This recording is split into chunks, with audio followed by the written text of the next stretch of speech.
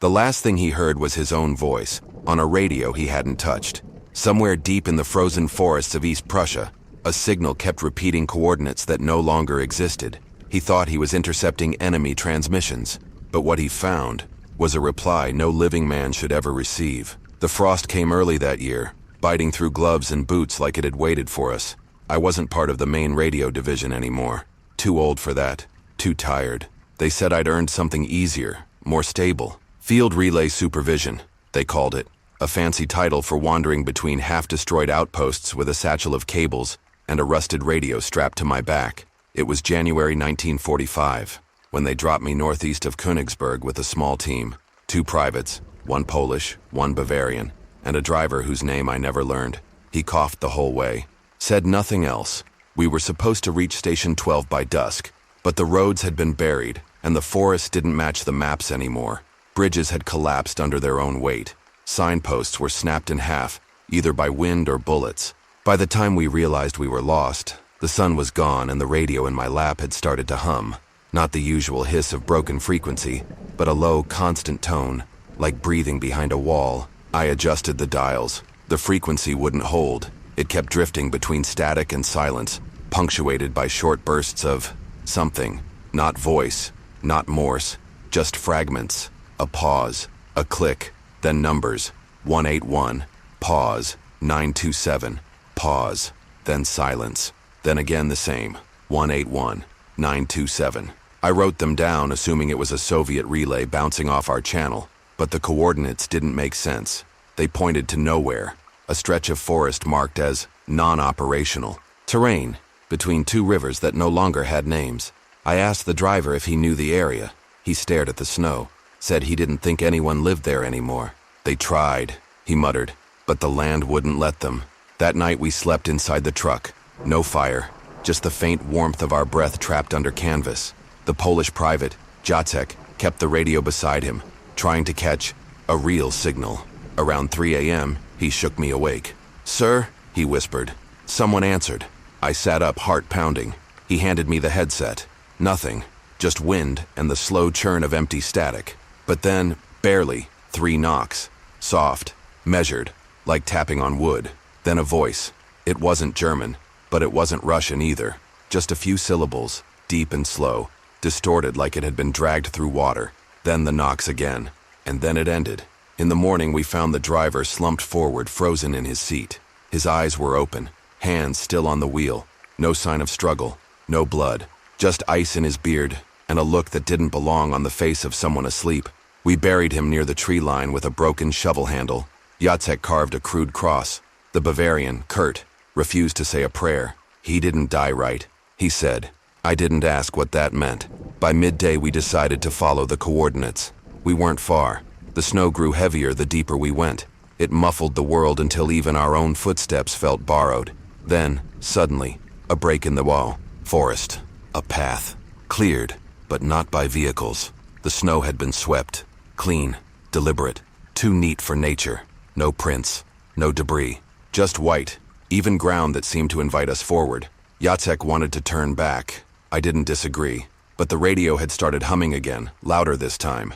And then, through the static, my name. Not my rank. Not a code. My name. We followed the cleared path deeper into the woods. The trees on either side grew so close they nearly touched above us, forming a kind of tunnel that swallowed the light. The snow beneath our boots didn't crunch like it should.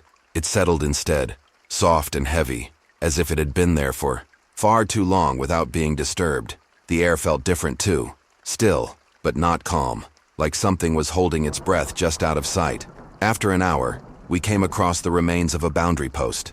A wooden frame with a rusted bell hung at the top, cracked clean down the middle. Below it, a plaque in German read, Achtung, no forward traffic without signal. But there was no checkpoint, no soldiers, just an old cable half buried, under the snow, leading into the woods. I traced it with my glove. It was intact, not chewed, not cut, just aged, as if waiting to carry a message that never came. Kurt kicked at the post and cursed. It's one of the phantom lines, he said. My uncle talked about them. Posts that got set up in 42 but never connected to anything. Jacek didn't respond. He was still watching the cable. His eyes hadn't blinked in a while. I asked, if he was all right. He nodded slowly, then pointed into the trees. Look, further ahead, something metal glinted behind the snow. It was a repeater tower, short, skeletal, and crooked. One of the old field relay units we used in the early days, but these were supposed to have been decommissioned after Kursk. We stepped closer. The generator was gone, stripped, but the antenna was still upright, and someone had painted a number in red on the side of the base, 181, the same number we'd heard through the radio. Jacek crouched near the structure and began clearing the snow. He found a hatch, stuck shut.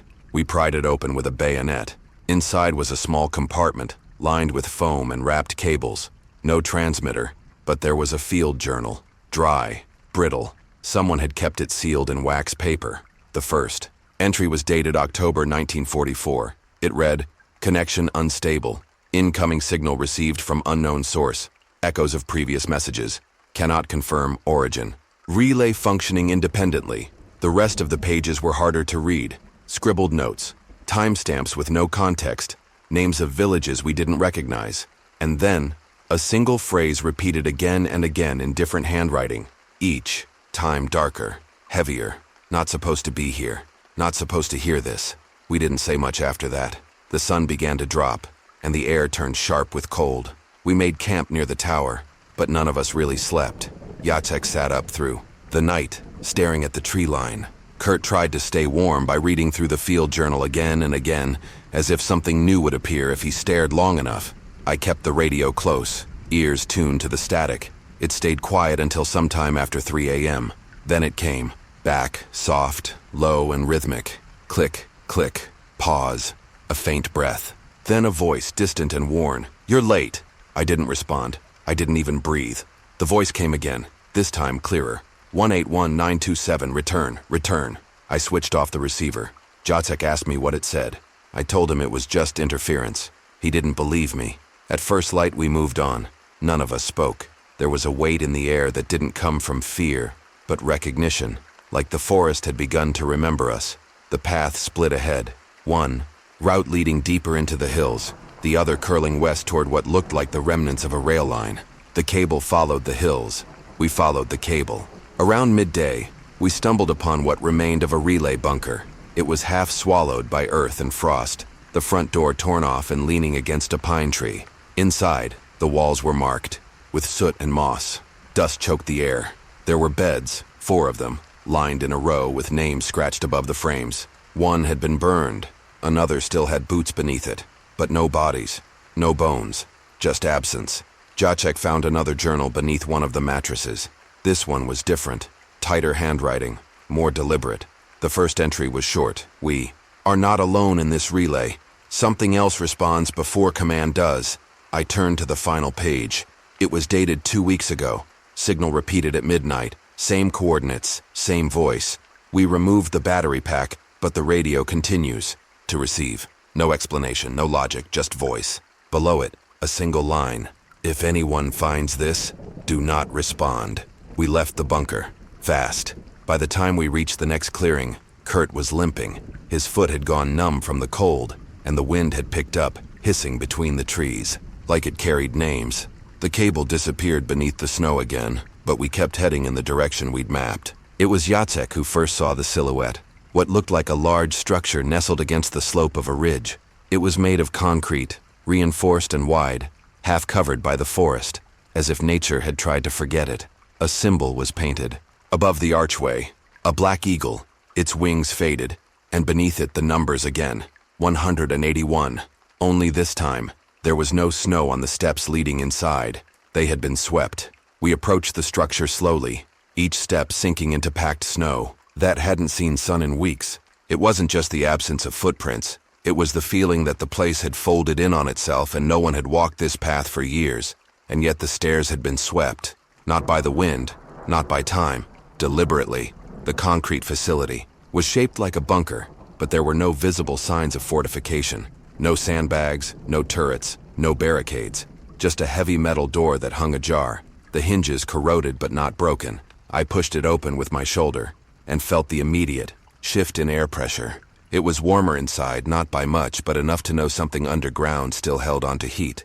The interior was built like a shelter, with long corridors reinforced by thick walls and ceiling beams wide enough to carry tank weight. Power cables ran along the ceiling, but the light fixtures were dark. We turned on our lanterns and moved. Inward, the air smelled of iron, rust, and something older, like wet stone sealed away for decades. On the left, we passed what looked like a barracks room. There were bed frames without mattresses, lockers with missing doors, and a single wooden chair placed perfectly in the center, facing the corner.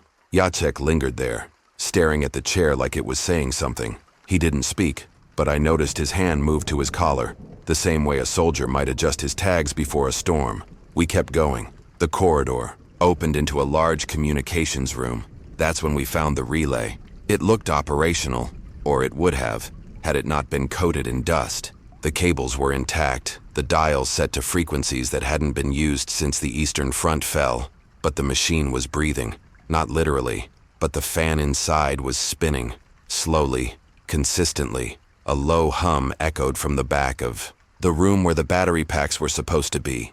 They were missing, and yet, the power remained. Kurt stepped toward the console and wiped a hand across one of the gauges. The needle jumped, then dropped, then rose again. Jacek and I froze. We hadn't touched the dials. Nothing had been powered on. Yet something inside the panel responded. I checked the transceiver. It was set to 927 MHz, the same frequency that had haunted our signal since the first day, the same one that didn't officially exist on our documentation. And then it happened. Again, a faint crackle, a slow, exhaled breath, and then a voice, ragged and distant, but unmistakably real. "You're not who they sent last time." The radio wasn't broadcasting. It was receiving, but there was no antenna attached. Kurt stumbled backward and nearly knocked over a chair. I stayed by the console, watching the dial. The voice didn't come again. The hum persisted. I flipped, opened the access panel. Inside there was no transmitter, just a small recorder unit, old and scorched, with wires rerouted into the wall itself. There were no speakers, no source, and yet we had all heard it. Jacek turned to the far end of the room and pointed at a door sealed with metal braces. It hadn't been opened in a long time. Not rusted, but marked, scratched, dented, like something from the inside had tried to get out. We didn't open it. We didn't even approach it. We left that part of the relay and explored the southern wing instead. There, behind a half-barricaded hallway, we found what must have once been the officers' quarters. A desk still stood upright, and above it, pinned to the wall, was a map. But not a map of the region. It was a map of radio signal propagation, overlaid with strange annotations, symbols that looked almost like weather notations but marked with times and dates instead of temperatures. Beneath it, taped to the wall, was a photograph. 4 men in uniform. None of them looked familiar. No insignias we could recognize. Their faces blurred slightly, not from the photo's age, but as if the original print had been distorted in development. Below them, a line written in Polish. Zostali tutaj, nawet po odwołaniu. They stayed here, even after the recall. Kurt looked away. Jacek sat on the desk, too tired to stand. I examined the drawer beneath the photo. Inside, a notebook. The pages were torn in places but legible. The last entry was written in a steady, even hand. Transmission 181 continues autonomously. Receives patterns we can't triangulate. Echoes. A voice is long buried. We've stopped replying. Not because we don't want to, but because we're no longer sure who's asking. There was a small smear of ink trailing from that last line, like the pen had slipped. But no sign of panic. No sign of haste. Just a full stop. I closed the notebook and looked at the wall again. There were scratches there too. Faint. Not with a blade. Something sharper. Letters carved into the concrete in perfect spacing. I read them silently, then aloud. Signal never off. Signal is waiting. Jacek stood and walked toward the center of the room, where a trap door lay half-covered by a rug. We hadn't noticed it at first, hidden under layers of dust. He pulled the rug away and looked at me. I didn't nod. I didn't have to. We opened it. A narrow staircase led downward into pitch black. Not even the lanterns helped much. The walls absorbed the light like they were covered in ash. The steps descended far deeper than they should have. We counted 30, then 50, then more. At the bottom, we reached another door. This one wasn't scratched. It was clean, polished, and unlocked. When we opened it, we didn't step through, because, on the other side, the radio was already on, and someone was waiting. The hallway behind the polished door was narrow, lined with tiles that didn't match the rest of the relay station. Where the previous rooms were concrete and utilitarian, this corridor had walls of smooth stone, the kind used in pre-war train stations or government buildings. Each step echoed deeper than it should have, not because the space was vast, but because the silence inside it felt compressed, like the air was denser, folded in on itself. The lanterns dimmed, not from fuel loss, but as if the flame recoiled from something it couldn't burn through. We descended further, though it no longer felt like we were going down. The staircase had stopped, yet the pressure on our ears increased. With every meter, like depth wasn't measured by height anymore, but by memory. At the first junction, the corridor forked. One path turned sharply left, the other led straight into darkness. We chose the left. The straight path felt wrong, not because of what we saw, but because of what we didn't. No walls, no end, no feedback from the light, just blackness that swallowed everything whole. The left corridor led us to a chamber with an arched ceiling, almost Gothic in design, like something meant to impress, not protect. There were doors on each wall, 6 total, all sealed, all numbered, but not sequentially. 2, 5, 3, 8, 1, and 7. The numbers weren't painted. They were embossed into the metal with precision, as if this place had been planned, manufactured, then forgotten. Jacek checked door 5 first. It didn't budge. The handle didn't turn. No lock, no sound, just immovable steel. I approached. Doctor 3. There were scratch marks around its edges, but not like the ones upstairs. These were circular, spiral-shaped, like someone had rotated something against the surface again and again until the metal gave slightly. I pressed my ear to it. Nothing, not even air, just a low vibration. Not sound, but feeling, like standing. Too close to a rail moments before a train appears. Kurt, meanwhile, stood by door 8. He hadn't touched it. He just stared. I asked him if something was wrong. He didn't respond at first. Then, slowly, he raised his hand and pointed at the floor. I followed his finger and saw it. Beneath the dust, just barely, there was a set of footprints. Bare feet, smaller than ours, leading to door 8 but not coming back. The prints ended at the threshold. No scuff marks, no blood, just abrupt termination, like someone had been absorbed into the steel. The kind of mark you don't want to follow. The kind that doesn't belong in war zones, but in stories children aren't supposed to hear. We left that chamber without opening anything. Further in, the architecture changed again. Now the walls were lined with brass piping and exposed wires, some still humming faintly. We passed what looked like a generator room, though none of the machines matched German, Soviet, or even Allied designs. They looked handcrafted, cobbled together from different eras. Some had vacuum tubes glowing softly. Others had gears that turned without connection to any motor. The room vibrated slightly with a frequency none of us could place. Jacek mumbled that it felt like tinnitus, but louder, like something behind your eyes instead of your ears. We didn't linger. Eventually, we found a stairwell spiraling downward again, this time in tight coils. The air turned colder, then warmer, then cold again. It was like moving through seasons out of order. At the base of the stair, the corridor expanded. No more rooms, just a wide-open hall with a smooth floor that reflected our lights faintly, like water that had frozen solid and never thawed. In the center of the space was a table, a long one, made of oak, untouched by time or rot. 8 chairs, 7 were upright, 1 was on its side. There were plates set at each seat, rusted cutlery, old wine bottles, and in the center, a broken radio. Same model as the one upstairs, but split clean in half, like something had bent it outward from within. No dust on the table, no mold, no cobwebs, just stillness. Kurt walked around the far side and picked up a spoon. It was warm, not recently heated, but like it had been held. Jacek leaned over one of the chairs and froze. There was writing on the backrest. Carved, not etched. The same spiral patterns we'd seen on door 3. But now they weren't just patterns. They formed words, or fragments of words. German letters rearranged in a syntax that didn't make sense. Repeating syllables, overlapping consonants.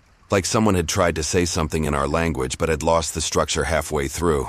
I copied one phrase down onto my map case, but the pencil lead snapped after the first few strokes. The fragment I managed to save read, Wire, hörten, nicht sie, sondern es.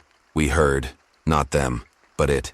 We left the dining hall. The final corridor sloped upward slightly, not steeply, but enough that we could feel it in our calves. It was the first time since entering the lower level that we sensed any return toward the surface. At the end of this passage, a single door, smaller than the rest, wooden, cracked, no markings. It looked entirely out of place, like it had been transplanted from an old farmhouse. No hinges, just a knob, blackened with age. I reached out and touched it. It didn't turn. It didn't resist. It simply shifted forward, and the entire door fell inward without a sound. Beyond it, no stairs, no rooms, no ceiling, just the relay station's entry hall. Except the snow on our boots was gone, and outside the main door, the wind had stopped, and the sky was wrong. The light outside had changed, but not in a way we could explain. It wasn't night or day. It simply lacked time. The relay station looked the same, but the air pressing against the windows had weight, like humidity without moisture. We didn't speak as we walked back into the main corridor, not out of fear, but because words had begun to feel unreliable, like using a compass in a place where magnets didn't obey rules. Kurt kept glancing over his shoulder, though there was no sound behind us. Jacek ran his fingers along the wall as we moved, as if to reassure himself the building still had substance. We returned to the central stairwell, but the steps downward were no longer there. In their place was a smooth concrete slope, like a corridor repoured by someone who misunderstood architecture. I marked the wall with my knife as we moved.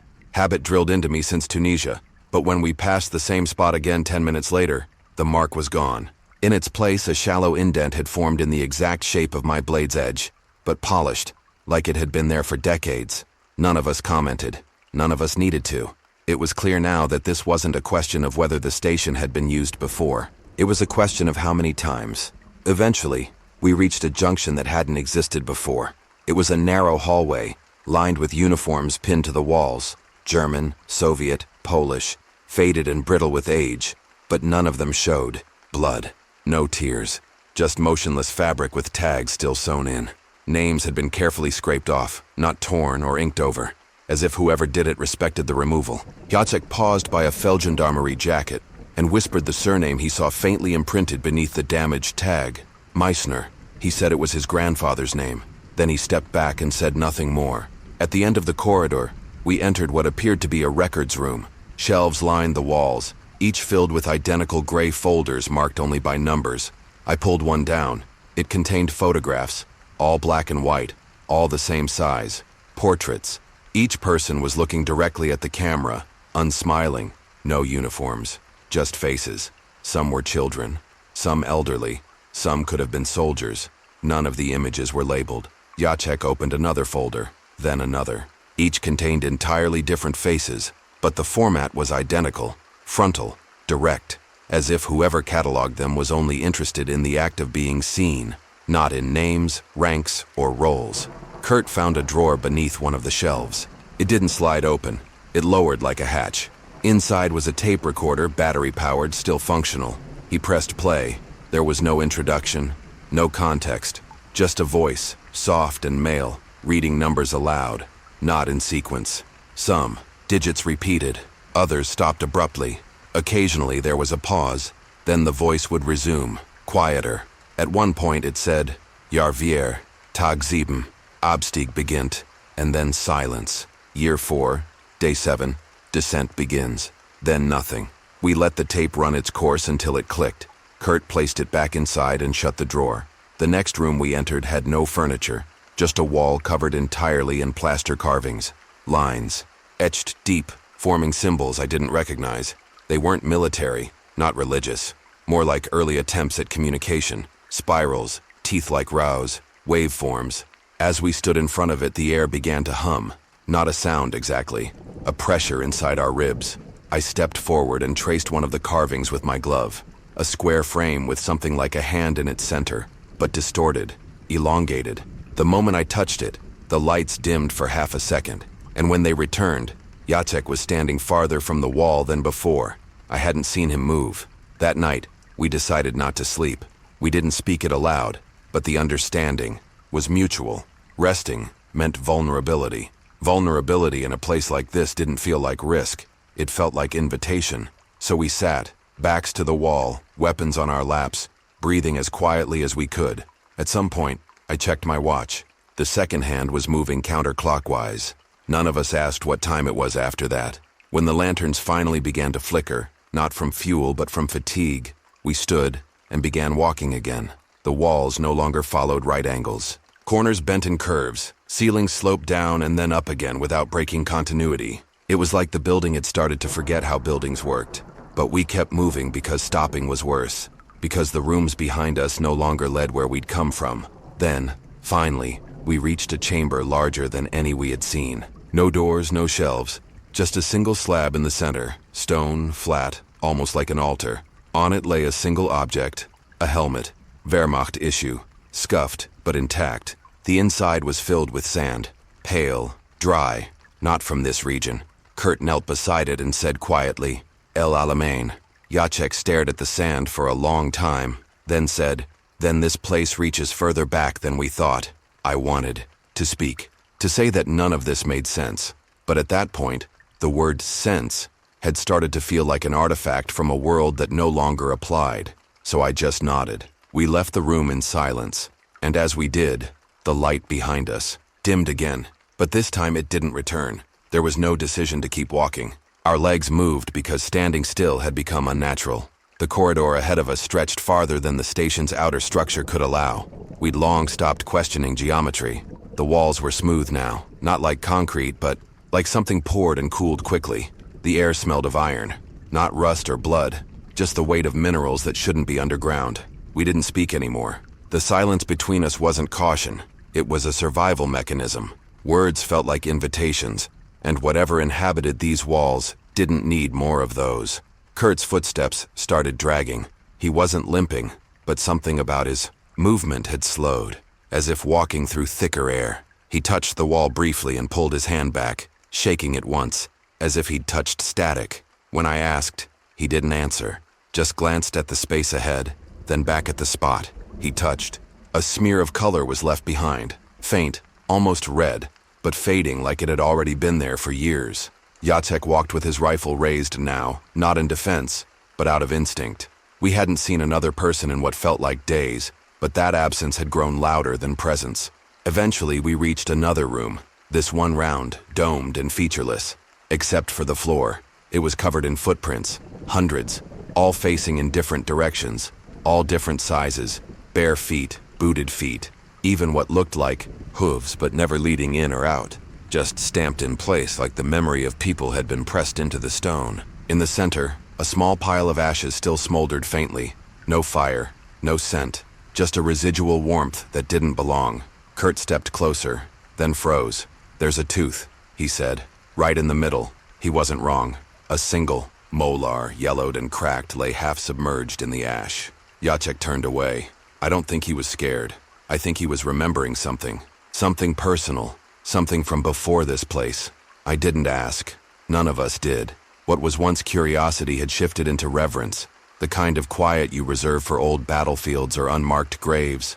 From that room, the walls began to narrow again. Not like a tunnel, but like a throat, as if the building was beginning to close around us. The lights, what little remained of them, no longer flickered. They simply dimmed in rhythm with our breaths. I could hear my own pulse in my ears, slow and uneven. We passed another junction. One arm was bricked over, the other sloped downward. We didn't vote. We descended. As we walked, we noticed something we hadn't before. The walls were vibrating, not visibly, but subtly, like standing near a distant generator. Only there was no sound, just the feeling of power, buried, dormant, or waiting. The farther we moved, the more oppressive it became, like we weren't supposed to be this deep. Like even the things that had built this place had not meant for anyone to reach this far. We stopped at a door, not a hatch, not a passage, a proper door. Wooden, black, unmarked. Its surface was splintered in the shape of a hand, not punched, pressed, repeatedly, desperately. I reached for the handle and paused.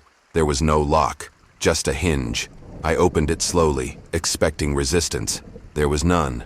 The room inside was small, a single bed, a desk, a chair, a journal left open. The ink had dried recently. The words, written in perfect German cursive, began mid-sentence. But the station does not remember things in sequence.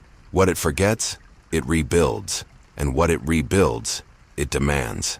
I stepped closer. The journal contained hundreds of entries, names, Numbers. Descriptions of men who had entered the lower levels of the relay. Some in 1943, some in 1917, one in 1889. But the entries weren't arranged by date. They were arranged by recurrence, as if the same people kept returning, or being remembered again. I saw one name scratched out violently, Neumann. Beneath it, written shakily, returned 3 times. No longer whole. I closed the book. My breath had begun to fog, not from temperature, but from something else, like I was breathing in air that didn't want to be exhaled again. Jacek pointed to the corner of the room. On the floor beneath, a layer of dust, a set of boots had been placed neatly side by side. Not ours. British issue, desert pattern, worn down to the sole. On the wall above them, a message written in chalk. The desert didn't win. This place did. Kurt turned away, said nothing. I followed.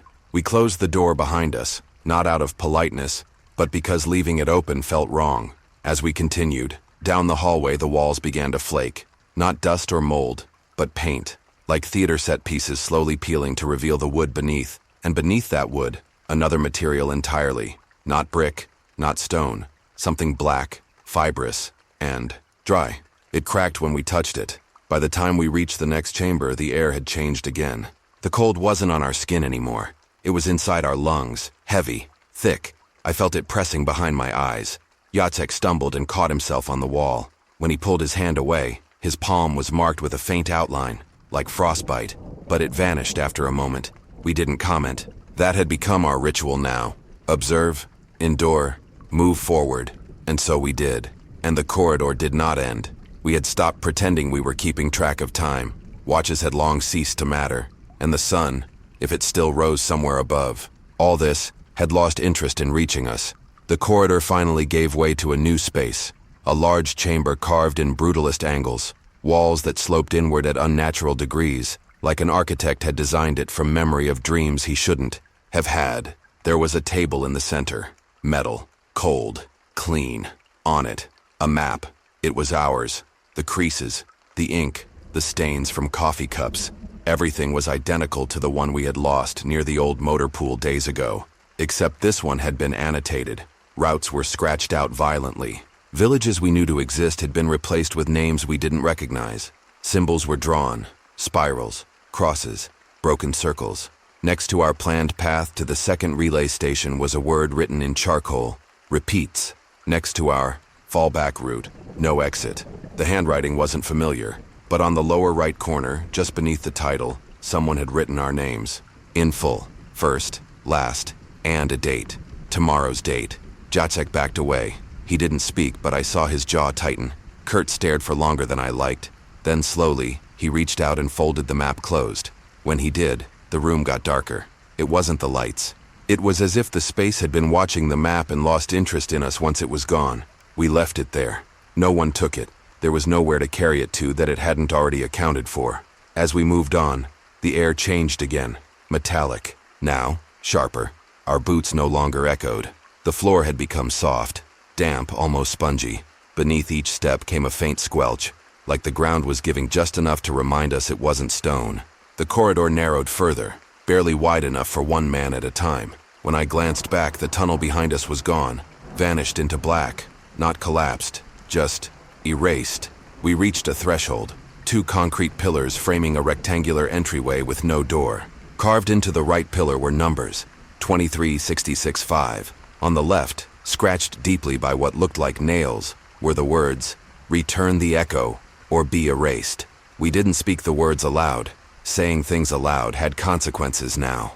The bowl chamber beyond was filled with fog, not mist from cold or steam, but something denser, unnatural. It clung to the walls and refused to dissipate. As we stepped in, the fog seemed to react, not retreating, not swirling, just adjusting. Inside, shapes emerged. Not people, not objects, just outlines, like shadows burned into the air itself. One resembled a chair, another, a pile of something that may have once been clothing. Against the far wall, I saw what looked like a rifle barrel embedded in stone, bent in a slow arc, not broken, melted. Jacek crouched near what might have once been a desk. There were papers fused to its surface, their text illegible, overwritten 100 times with different inks until the letters bled together like veins under skin. In the center of the room stood something that didn't belong. A speaker, large, horn-shaped, the kind used in early radio broadcasts. Wires led from its base into the floor, disappearing without trace. It wasn't powered, but as we approached, it clicked. Once, then again, then a burst of static, and then a voice. Not a recording, not a transmission. A live voice breathing between words slightly off in speed. The accent was familiar but old-fashioned. German, from the Rhineland. The voice said, Schritt für Schritt, keine Richtung, nur Rückkehr, step by step. No direction, only return. Kurt stepped closer. Who are you? The voice paused. Then, you were already told. The speaker went dead. Jacek turned to leave, but the entry was no longer there. The fog had risen, coiled around the doorway and erased it. We stood in silence for a long time. Then, quietly, a low tone hummed from beneath the floor. Not music, not mechanical, organic, like a giant throat clearing in the deep. A light flickered from above, and for a moment, I saw shadows on the walls that didn't belong to us. When the fog thinned, we were alone again. The room had changed. It wasn't the same space anymore. The speaker was gone. The rifle in the wall had vanished. But the map, the same one from before, now lay open on the floor again. This time, the route we had taken was marked in red. Our current location was circled. Under it, in block letters, "You are behind yourselves." Jacek turned to me and whispered the first words he had spoken in hours. I think this place is remembering us backward. We didn't know what that meant, but we didn't argue. We kept walking. We followed the red line, not because we believed it would lead anywhere safe, but because everything else had collapsed behind us. The map had said we were behind ourselves. That phrase stayed with me longer than it should have. I kept thinking of it as we walked. Was it possible to leave a version of yourself behind and continue walking as if you hadn't? What if the thing walking forward was just memory, echo, residue? The corridor narrowed again, and the walls turned smooth, too smooth. No brick, no seam, no markings, just endless concrete that looked poured from a single thought. It didn't curve. It didn't bend. It extended in a straight line for what felt like hours. No doors, no branches, no difference in light or sound. Our boots struck the same dull surface with every step, and there was no wind, no dripping, no variation of any kind. At some point we stopped talking completely, not by choice, but because it became harder to tell whether the voices we heard were ours. Words began repeating with slight delay, as if the corridor itself was trying to mimic speech. If I said something under my breath, I would hear it again. A few steps later, not in my voice, but a shade lower, like someone further behind was trying it on. The silence between those repetitions became longer. The voices drifted further behind us, even though we were still alone. I looked back once and the corridor hadn't changed. Still flat, still featureless. But I knew something was walking there too. Not following, not hunting, just tracing. The lights changed eventually. Not brighter, not dimmer, just different. Instead of the pale blue wash from before, everything turned sepia. Not the romantic warmth of old photographs, but a sick, amber haze like heat seen through filthy glass. The floor began to incline, slightly at first, then steeper with every 100 steps. We didn't realize we were climbing until our breathing grew heavy. The air thinned. Kurt staggered first. He leaned against the wall and whispered something I didn't catch. When I looked at him, his eyes were red, not from crying, but as if something inside was forcing its way to the surface. He dropped his pack. Inside, I saw something he hadn't told us about. A small pendant, Soviet issue, marked with initials none of us recognized. It wasn't loot, too carefully wrapped. I asked him where he got it. He didn't answer. He just stared past me and kept climbing. Jacek and I didn't push him.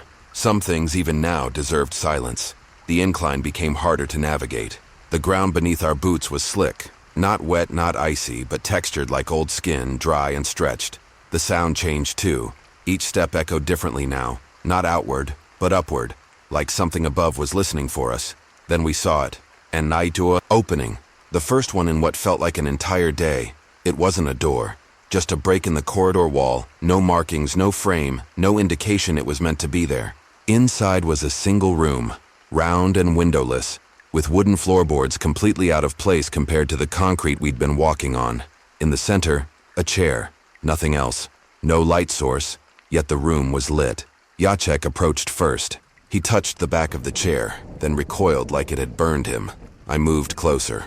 The chair was warm, not just body warm, but fever hot. It radiated heat in waves, but there was no fire, no power, no reason. I noticed something carved into the seat. A name. Mine.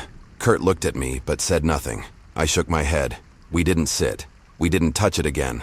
We left it where it stood and walked back into the corridor, which hadn't changed. Still straight, still rising, still closing in around us. My legs burned with each step. My back screamed, but stopping felt more dangerous than continuing. I kept thinking about the chair, how it had my name, how someone had taken the time to carve it before I ever entered that place. The wood had been old, cracked, and faded, but the carving was fresh. After what felt like another hour, the corridor finally ended, not with a door, but with a mirror, perfect, silver-backed floor to ceiling. We saw ourselves, 3 shadows, twisted by exhaustion and fear, but our reflections didn't match. Jacek stood still in the image, but in the glass his mouth was moving, whispering something. Kurt's reflection was older, grayer, with wounds we couldn't see on his real body. Mine didn't look back. It faced away, as if refusing to acknowledge me. I reached out. My fingers met cold, but they didn't stop. The surface yielded slightly, like ice about to crack. Then I felt pressure. On the other side, as if someone else was touching from the inside. I pulled away. We didn't speak again until the next chamber opened behind the mirror, revealing a staircase descending into a narrow shaft lit by dim red lights. We didn't question where it led. We just kept moving forward, unsure if we were the same men who had started climbing in the first place. The staircase descended in a perfect spiral, tight and steep, with steps made of smooth stone worn in the center, as if thousands had passed before us. The air was warmer, down there, but not in any comforting way.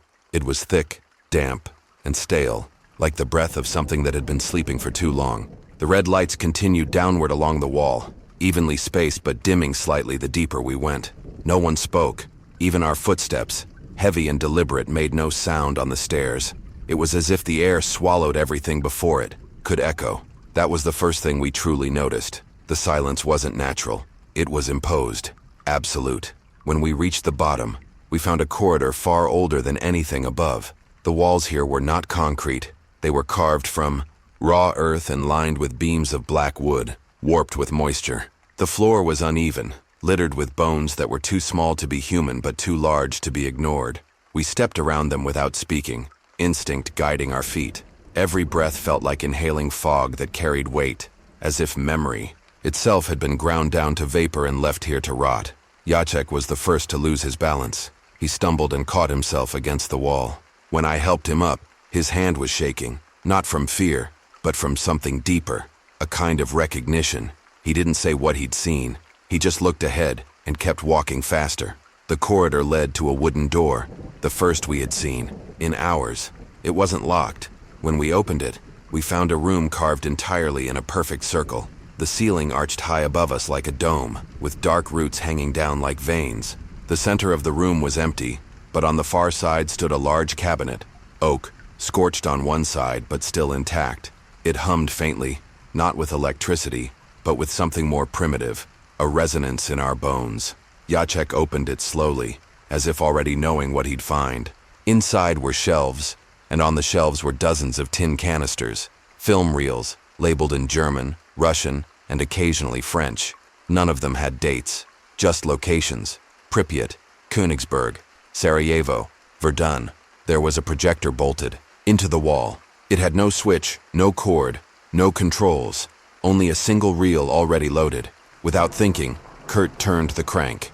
The machine whirred to life, not with the mechanical clatter we expected, but with a low, guttural hum like something exhaling. The reel began to spin, and across the far wall images appeared, flickering, silent, and in color. A train station, empty, then a playground, still, then faces, one after another. Children, women, men in uniform, some German, others Soviet, none smiling. They looked directly into the camera, as if aware of what was happening beyond the lens. One image remained longer than the others. A boy standing in front of a house engulfed in snow, holding a red scarf. His face was blank, but his eyes were hollowed, too deep for his age. Jacek stepped forward. He touched the wall where the image flickered. "That's my street," he whispered. The reel stopped spinning. No pause, no fade, just silence. Then a crack behind us, sharp and sudden. We turned. The cabinet was empty. Every reel gone. The room was darker now, the red glow from above reduced to a faint pulse like a heartbeat. Kurt backed toward the wall. His breath came short. "This place, it knows us." I didn't disagree. The corridor behind us had vanished. The door we came through no longer existed. We were trapped inside a memory not our own. Then the floor moved. Not dramatically, just enough to be noticed. The center of the room lowered an inch, then another. Slowly it opened, revealing a spiral of stairs leading even further down. Not stone this time. Iron. Rusted. Wet and groaning under their own age. We hesitated, but the room was closing again, and whatever had shown us those images was no longer passive. It wanted us to follow, so we did. Each step down echoed through our bodies, though no sound reached our ears. The silence here was thicker, almost liquid. Our limbs moved slower, like pushing through heavy water. At the bottom of the stairs we found a long, narrow hallway, but this one had no walls, only curtains. Endless rows of black velvet hanging from a ceiling we couldn't see. We pushed them aside one by one, each revealing a different tableau behind them. A hospital bed in a field, a dining table set for 6 with no food, just open books at every plate.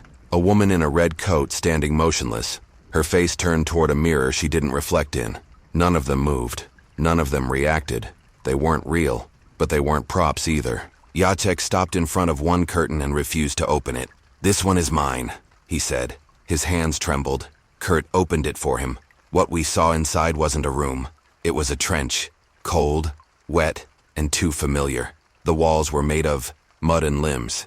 The sky above was filled with flares frozen in midair, and in the center stood a soldier we recognized immediately. It was Kurt, younger, alive, screaming, though we heard nothing. He clutched at his helmet, then dropped it. He stared at us, not in confusion but with rage. He stepped forward and vanished as the curtain swung shut on its own. None of us spoke again for a long time. We just walked, past curtain after curtain, never stopping until the air grew colder and the fabric thinner. At the end of the hallway was another mirror, but this one wasn't silver. It was obsidian, black and glossy, showing not reflections but shadows, as if the light behind us had been turned inside out.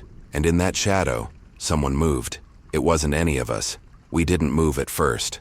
The shape in the mirror, if it was a mirror, didn't mimic us, didn't delay, didn't distort.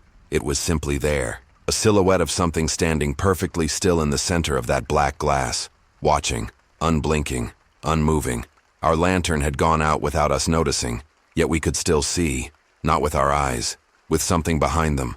And what we saw in that shadow wasn't a stranger. It was a familiarity so deep it made our skin forget how to sweat.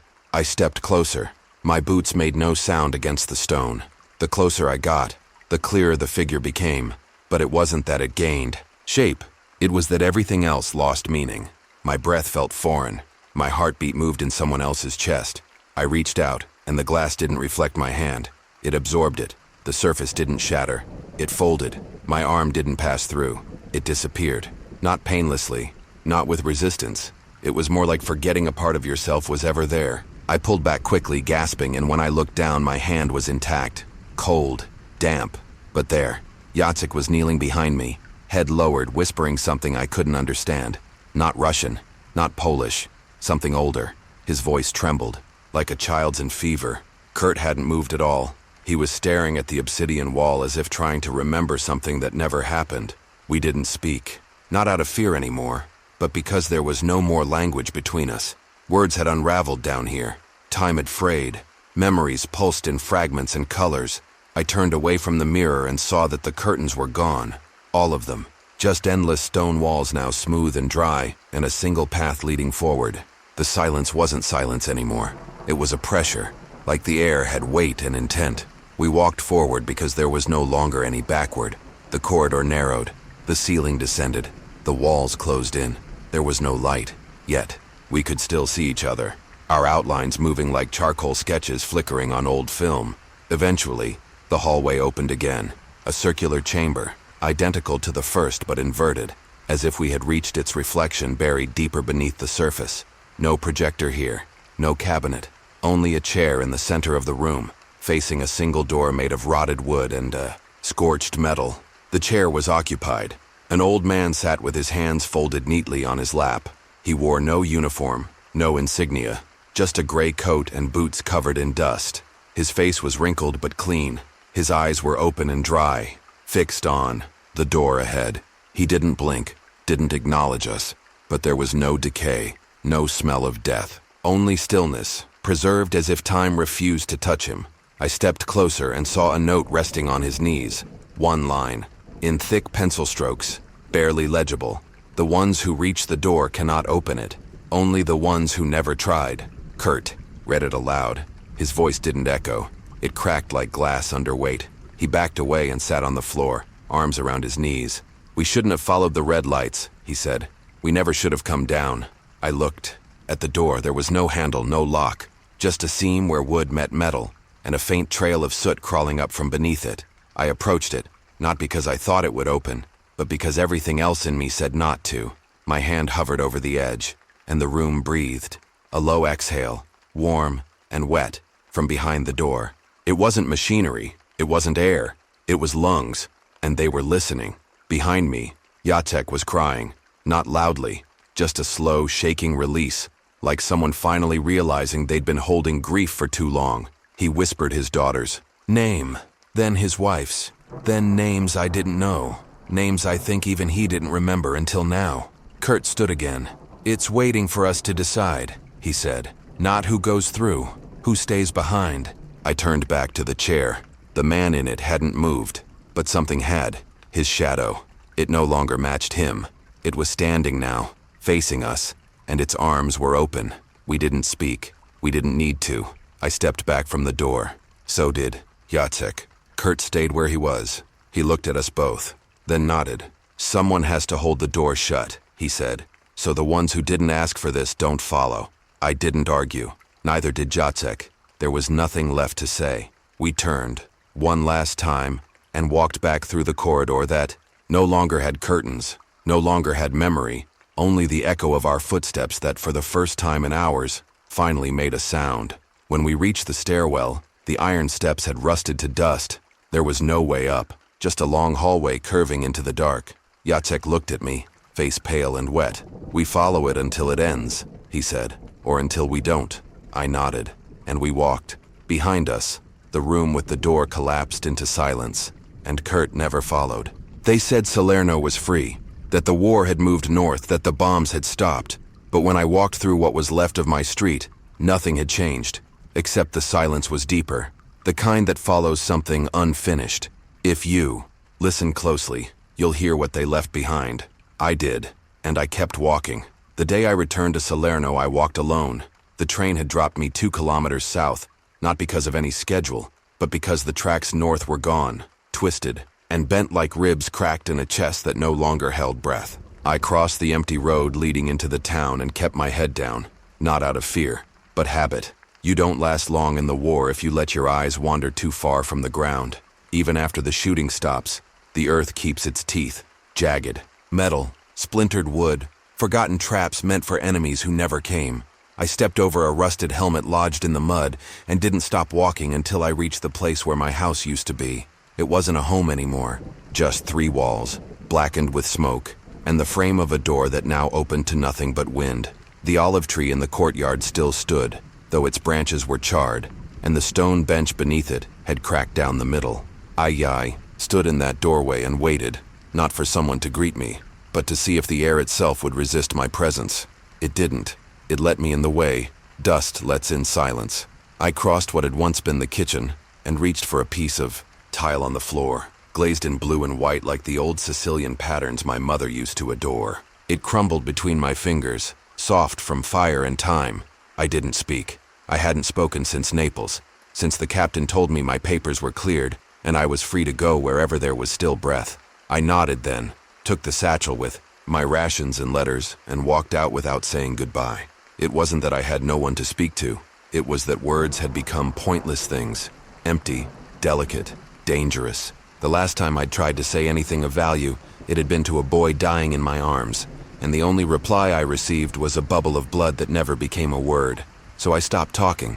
People say silence is peace, but that's only true when silence hasn't been earned by violence. The house across the street had once belonged to the Corvinos. The family had fled weeks before the bombing, or so I'd been told. Their door hung loose on one hinge, and the windows had lost all their glass. I walked over, not expecting anything but debris, and found the piano still there, the same upright. They'd kept in the parlor, the one their daughter used to play on summer evenings when the breeze carried the notes through the alley. Its keys were cracked, and the lid had collapsed inward, but I could still see the sheet music, yellowed, fragile, clinging to the stand like it still had something to say. I stayed there for a while. I don't know how long. Time had stopped keeping track once the shells began falling. You learn to mark days by hunger, by cold, by which scars itch and which don't. Eventually the sky began to dim, the kind of dimming that didn't bring stars, only shadows. I crossed back to what was left of my house and unrolled my coat in the corner where the walls still stood. It was then that I noticed something carved into the stone, just above the baseboard. Not graffiti, not a name, just a single line written in clean, careful script. Non tutto muore sotto le ceneri. Not everything dies beneath the ashes. I ran my fingers across it. The letters had been carved recently. The stone was still sharp at the edges of each stroke. Someone had come back here after the fire. Someone had stood in this same corner and left a message, not for the world, but for anyone who survived.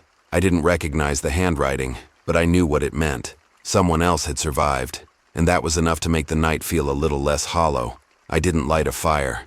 I didn't unpack my satchel. I simply sat, listening to the wind, moving through broken shutters, feeling the cold settle in like an old friend. The war hadn't followed me home. It had been waiting here all along, woven into the cracks of stone and soot, buried beneath the ruined floors, resting in the memories that still clung to the corners. I had come back hoping to find something. I'd lost. But as I closed my eyes and leaned my head against the cold wall, I understood. What I was looking for was no longer here. What remained was something else entirely, something older than grief, quieter than memory. When the wind finally stopped, the silence didn't. It pressed against me like weight, like the sky had fallen without sound. I slept with one hand over the carving in the stone, not for protection but because it was the only thing that felt real. And when I woke to the pale light of dawn, I heard footsteps outside. Slow, careful, not military, not hurried, just one set, circling what used to be the courtyard. I didn't move, not because I was afraid, but because I already knew whoever it was had been here before, and now they had come back. The footsteps didn't stop. They circled twice, crunching slowly over broken tiles and frost-bitten leaves, then paused just beyond the doorway where the frame cast a crooked shadow over the stone. I kept still, breathing shallow through my nose, listening to the silence fill the gaps between each step. Whoever was out there wasn't searching in a hurry, nor lost. It was the kind of movement that belonged to someone revisiting something they already knew. After a moment, the footsteps retreated, first across the courtyard, then through the brittle grass that separated the ruins from what had once been the town square. I didn't get up until long after the sound had faded. Even then, my limbs moved reluctantly, heavy not with fear, but with memory. The kind of heaviness that comes when you realize the world around you hasn't died, only forgotten how to live. Outside, the wind had changed direction. It no longer whistled through the bones of houses, but moved low and soft, dragging ash through doorways and stirring the brittle olive leaves like old paper. I crossed the courtyard and followed the footprints. They were too large to be a child's, too deliberate to be wild. The tread was worn, the sole of the left boot uneven. A limp, maybe, someone older or wounded. They had walked past the bakery, where the sign still hung by a single nail, then past the school with its shattered windows and walls blackened from the blast. I remembered the schoolyard filled with laughter once, years ago, before uniforms. Replaced voices and children became messengers or casualties. The swing set remained, rusted, one seat torn, the chains frozen in a permanent arc of movement that never finished. The footprint stopped in front of the chapel. The door was ajar, but not from force. It had been opened with care, the way one would enter a room still occupied by ghosts. I hesitated. The chapel hadn't been touched by shellfire, not directly, but the blast from the south road had cracked one of its walls, and the bell tower had collapsed in on itself. The bell had not rung in over a year. Some said it was removed before the bombing, melted down for scrap. Others claimed it was buried with the priest who refused to leave. I never saw the body, only the scorch marks and the closed ledger by the altar. Names unfinished, blessings interrupted. Inside, the air was different, thicker, weighted with something more than dust. The pews had been pushed to the sides, leaving the center of the floor bare. There, in the middle of the chapel, lay a satchel, worn, military issue, the strap frayed at the edges. I knelt beside it. It hadn't been left long. The leather was still pliable, not yet stiffened by cold.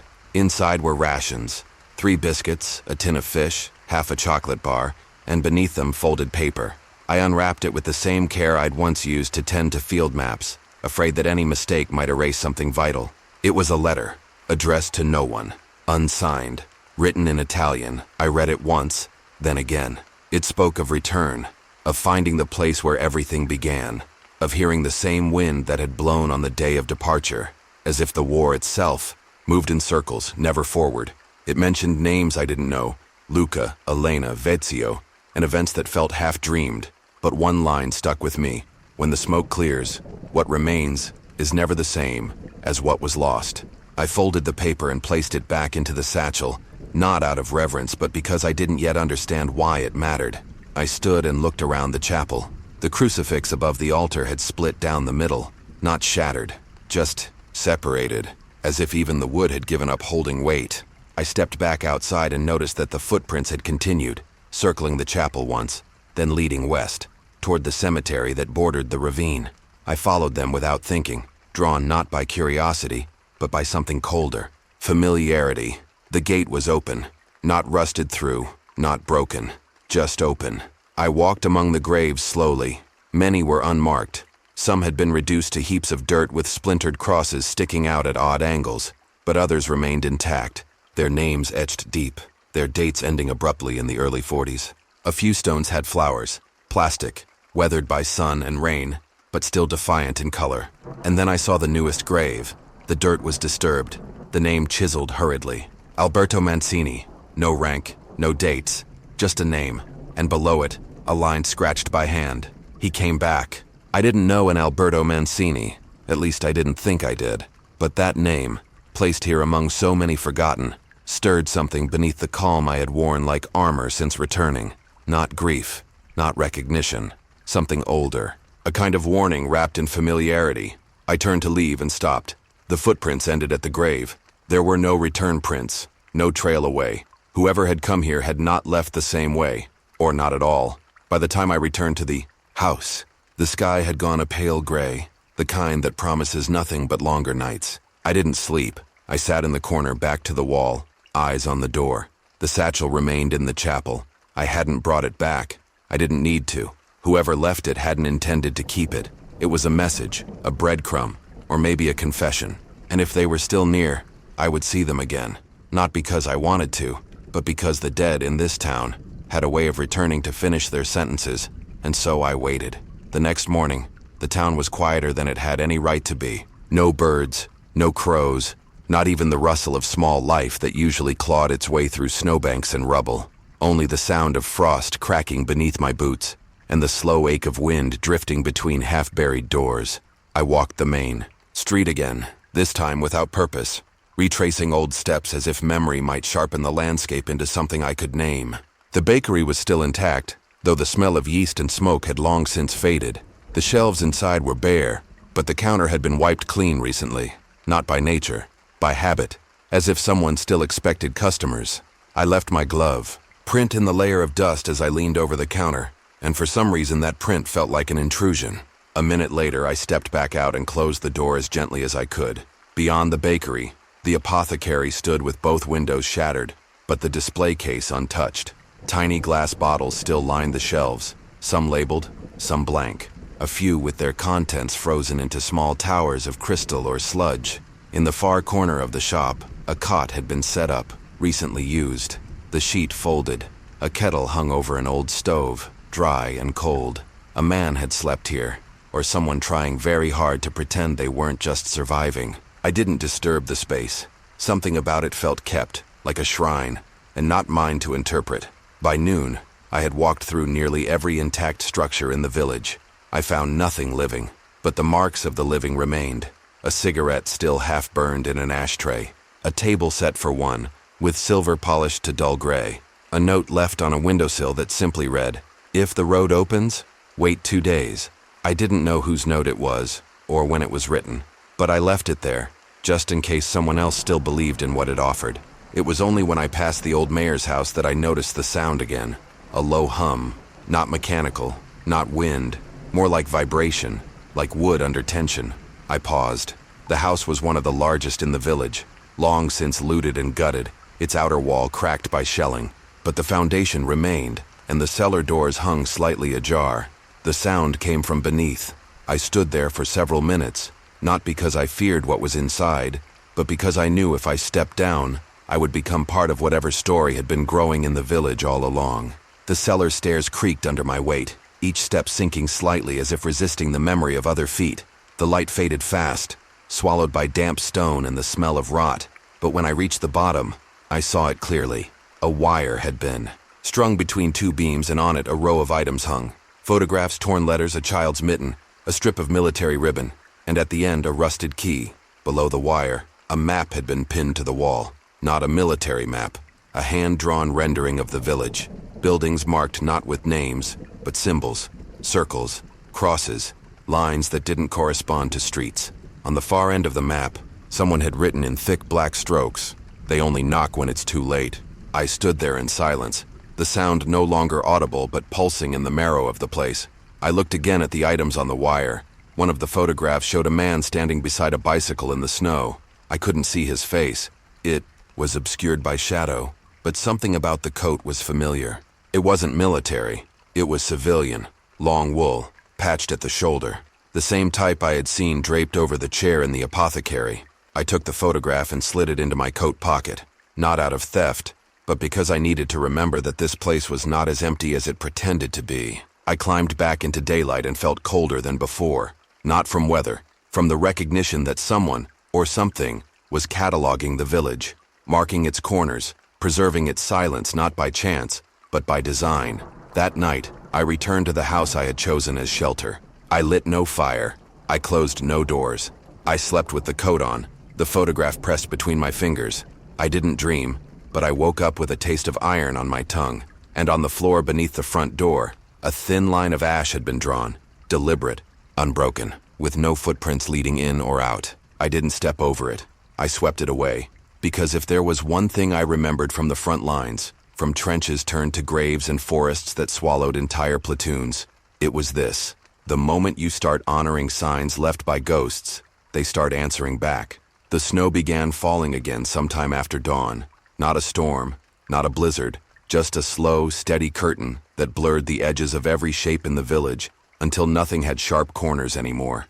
I left the house with the coat on, the photograph, still tucked into my inner pocket, and walked west, past what used to be the school. Its windows were blown out, chalk dust frozen into the corners of the empty blackboards, desks turned on their sides like barricades abandoned in a hurry.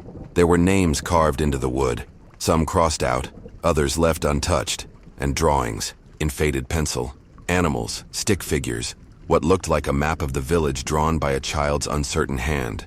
I passed through without stopping. The air in there felt too still, like a held breath, and I had the sense that if I lingered too long, something would exhale. Beyond the school stood a barn, its red paint scoured down to gray by years of wind and war. I opened the side door and let the stale scent of mold and hay drift out before entering.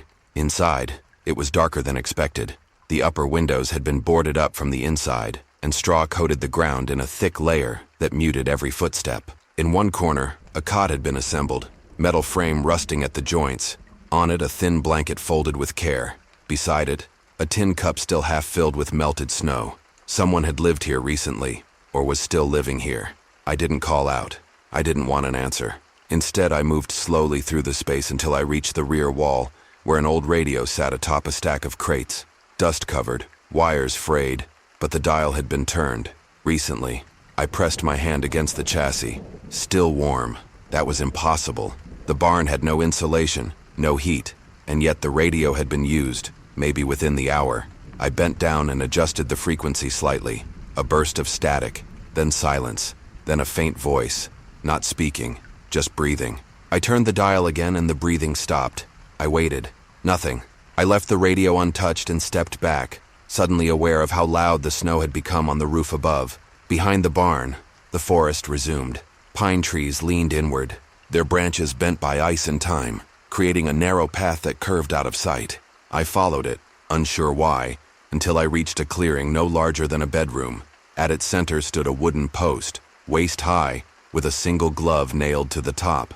A child's glove, soaked black with old moisture, fingers outstretched. No plaque, no marker, just the glove pointing east. I didn't follow its direction. I turned back toward the village and retraced my steps to the barn. This time, the radio was gone. Not broken, not smashed. Gone. I stood in the silence and felt something shift. Not in the air, but in my memory. I had been here before. Not this barn, not this village, but this moment. This recognition of pattern. This pull toward repetition. The war had done this to me once, in Italy. A house with furniture but no people. Food left uneaten. A journal open to the last page. And the same phrase written 3 times, as if the author had tried to believe it by force. There's nothing under the floor. We'd lifted the boards anyway. Found nothing but dirt. And 2 days later, 3 of my men walked into a ravine they swore wasn't there the day before. Now, in this barn, that feeling had returned. That hinge of unreality, where everything physical remained intact, but the weight of presence had shifted. I left the barn in silence and returned to the schoolhouse, not to explore again, but to look for something I hadn't noticed before. This time, I entered the rear door and went down to the basement, where supplies would have been stored in better times. The door resisted but opened with effort, revealing shelves collapsed under their own weight and crates of books, mostly textbooks, history, literature, basic arithmetic. One book lay open on the floor, face down. I lifted it carefully. Inside, a note had been pressed between the pages. Thin paper, handwritten. He wakes when you stop remembering. No name, no context, just the sentence. Beneath it, a crude drawing of what looked like the village, with 3 houses circled and the church scratched out entirely. I turned the page, nothing else. I climbed back up the stairs and paused at the threshold. The snow outside had stopped. The sky was brighter but not blue, just a pale, washed-out white that made everything look overexposed. And then I noticed something else. My footprints in the snow were gone. The ones I'd left coming here, the ones leading to the barn, to the house, to the bakery, erased, as if I had never walked them. But there were new ones now, not mine, larger, deeper, moving from the edge of the forest to the front door of the house I had slept in. I didn't go back to check what waited inside. I simply turned away, stepped into the middle of the road and kept walking, east, toward the gloves direction, against my better judgment, because something was unraveling behind me, thread by thread, and I could feel it every time I looked. Over my shoulder, the village was watching, and it was beginning to remember me. The road ended sooner than expected, not in a barricade or a checkpoint, but in an orchard that had long surrendered to frost. Apple trees twisted in unnatural angles, limbs contorted as if in pain, their bark flaking like skin left too long in the cold. Beneath them, the ground was uneven, pocked with shallow holes and mounds, as though something had once been buried and later dug up again. I stepped carefully, boots breaking the crust of old snow, until I reached the heart of the orchard where a stone bench stood cracked in 2. A metal cup rested on one half, frozen to the surface. On the other, a torn blanket, stiff with ice. I didn't sit. I kept moving, pushing through the trees until the orchard ended as suddenly as it began, revealing a path of wooden planks that led to the rear of a collapsed train station. The station had no nameplate, no signage, just crumbling brick walls and a shattered clock face, whose hands pointed at times that no longer moved. A low wind dragged through the broken windows and whistled across the platform. I climbed the steps, one hand brushing against rusted railings, and entered what remained of the lobby. Benches had been upturned, timetables torn from the walls, but what held my attention wasn't the decay, it was the luggage. Dozens of suitcases, some still intact, others burst open like overripe fruit, clothes half-folded, letters tied with string, a wedding dress in a wooden crate, yellowed but never worn, all of it left behind in haste. And beside the main counter, a line of boots, lined up neatly, all facing the door, as if the owners had planned to step back into them at any moment. I checked behind the desk and found a register book, soaked through by melted snow. The ink had bled across the pages, but a few entries remained legible. Names, dates, all from early 1945. The last entry was a single word, scrawled in a different hand than the rest. 9. I closed the book and looked up. Something had changed. The light filtering through the windows had dimmed. Snow had begun again, thick and silent. I stepped outside and scanned the horizon. No tracks, no birds, no indication of where the train had gone, or if it had ever come at all. Further down the rails, I spotted a signal post, its arms bent and useless, pointing in opposite directions like a shrug. I followed the tracks east, boots clinking against iron rails until they vanished beneath a frozen creek. There, beneath a small bridge, I found a satchel buried in the ice. It took time to dig out, fingers burning through wet gloves, but eventually, I freed it. Inside, a map, hand-drawn, incomplete, but it showed the village, and something else to the north. A circle, marked only with an X. I didn't hesitate. I turned and walked north. The land rose slowly, the trees thinning again. Here the snow was deeper. Each step sunk past the ankle. The wind began to howl, not violently but with a purpose, as if hurting me forward. By the time I reached the crest of the hill, my breath was a cloud that refused to drift. And in the clearing below, I saw what the map had marked. A single structure shaped like a chapel but missing its cross. Instead, a large iron bell hung above the doorway, suspended by chains that had no anchor. The bell was cracked, split clean down the middle, yet it stood without falling. I didn't go inside. I circled the building first, noting the symbols carved into the outer walls. Some were Christian, others older. Runes, circles, letters scratched by hand. At the rear, a second door had been nailed shut from the inside. Through the slats I could see movement, soft and rhythmic, not human, not mechanical, like the slow breathing of an animal asleep in the dark. I returned to the front and pushed the main door open. It groaned like something being disturbed from slumber. Inside, pews had been overturned and piled into barricades. Candles burned low in the corners, their wax pooled on the stone floor. And in the center aisle, a chair sat facing the altar. On it, a coat, a pair of gloves, and a journal. I approached, hand trembling more from anticipation than cold, and opened the journal. First page, blank. Second, smeared ink. Third, a message, scrawled in the margins. You can't stay in one place too long. It notices. No signature. No date. I flipped further.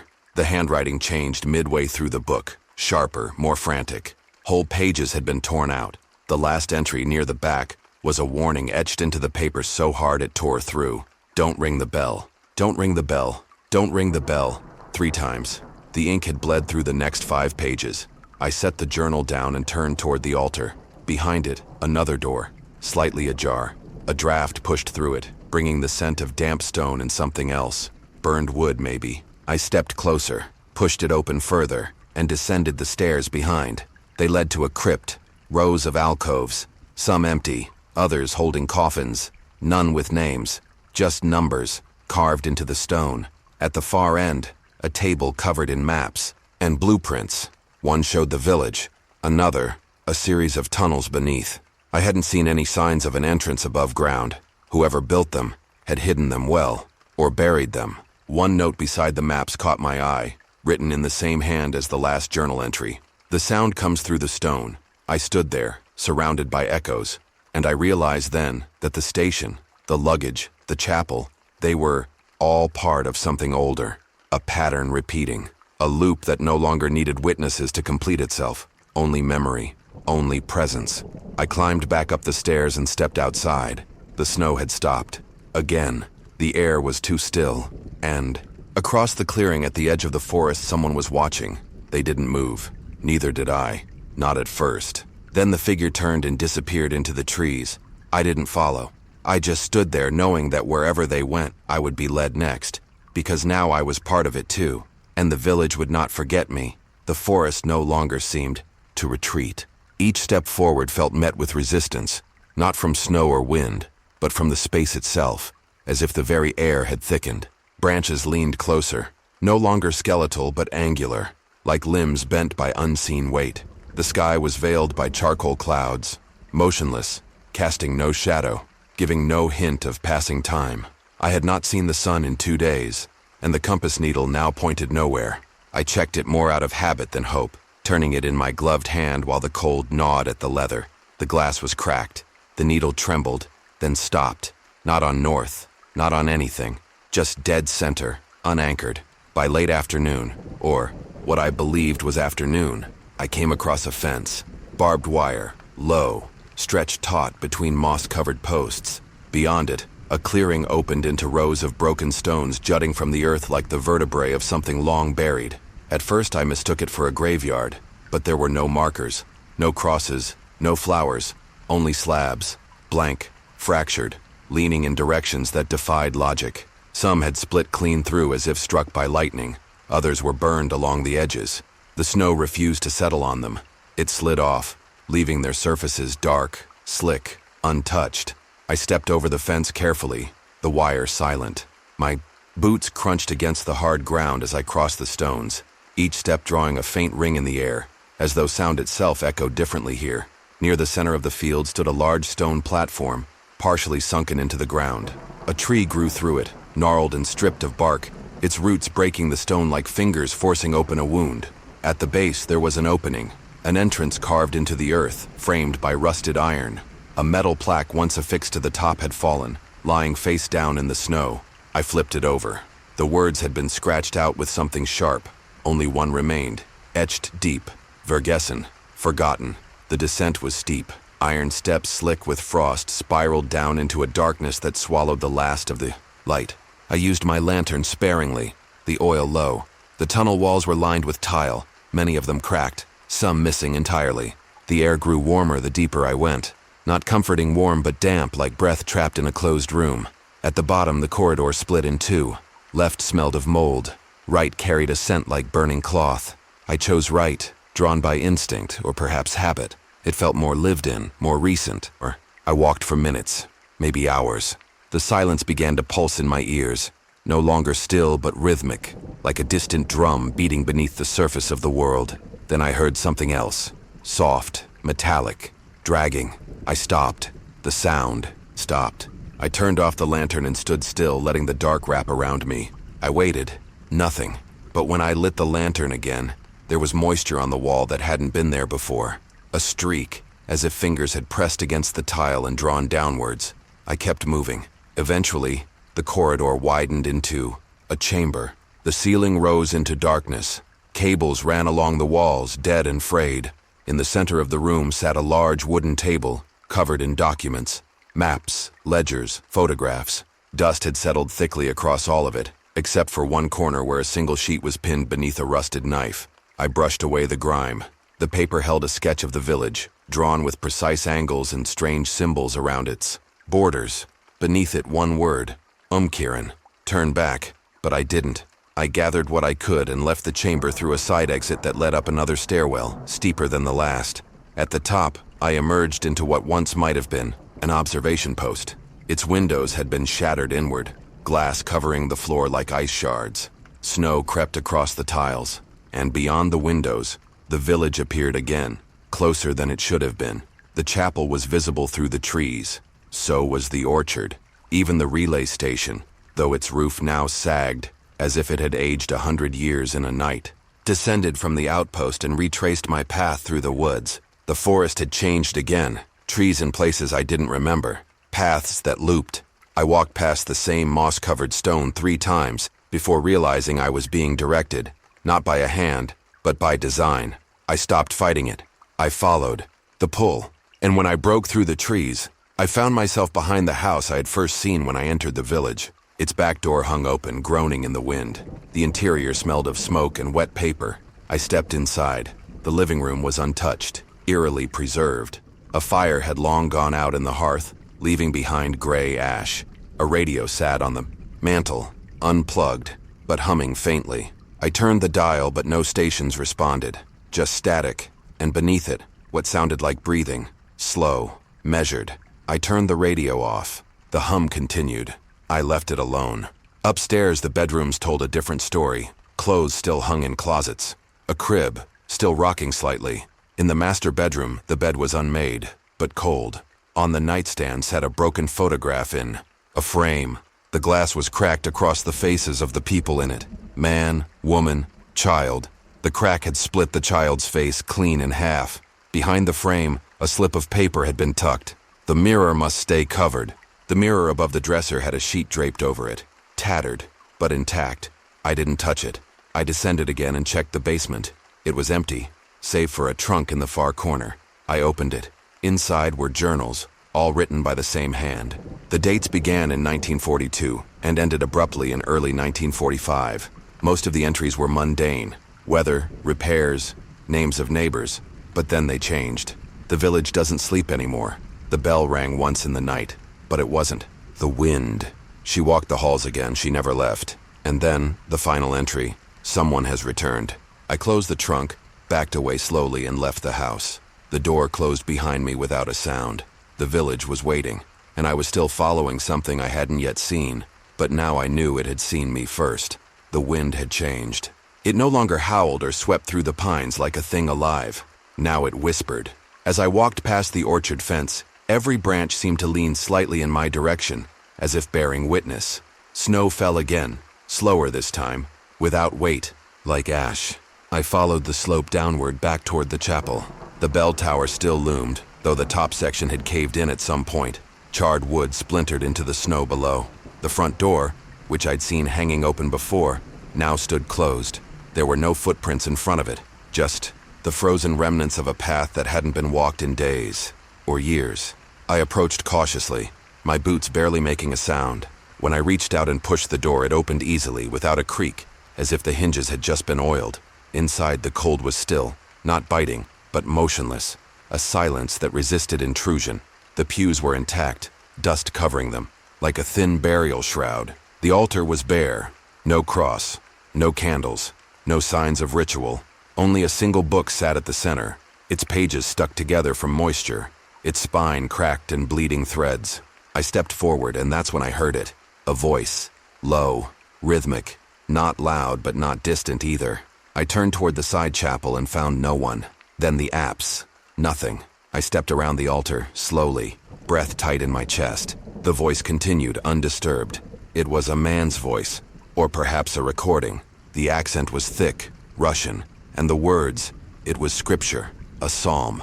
Psalm 90, if I remembered correctly. Thou turnest man to destruction, and sayest, return, ye children of men. I turned off the lantern, trying to sharpen my hearing, to locate the sound. It wasn't coming from the walls. It wasn't above. It was below. I stepped carefully along the edge of the altar and found a square outline beneath the rug. A trap door. There was no handle, only a metal ring flush with the floor. I pulled it up slowly. The hinges gave a soft moan, reluctant, but obedient.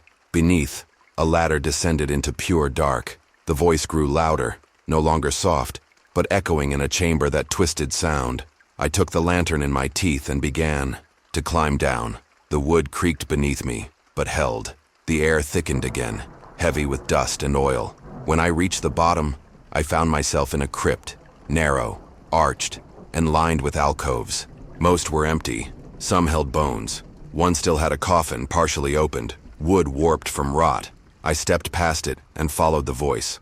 The tunnel led deeper, past bricked-up passages and collapsed walls. Water dripped somewhere. The smell of mildew was stronger now. And then I found the source. A phonograph, set against the far wall. Spinning slowly, its speaker cracked and rusted. The voice came from it, over and over, repeating the same passage. There was no one else there, just the machine. And beside it, a small pile of books, Russian Bibles, all open to the same page, all underlined in the same ink, red, dried to a dull brown.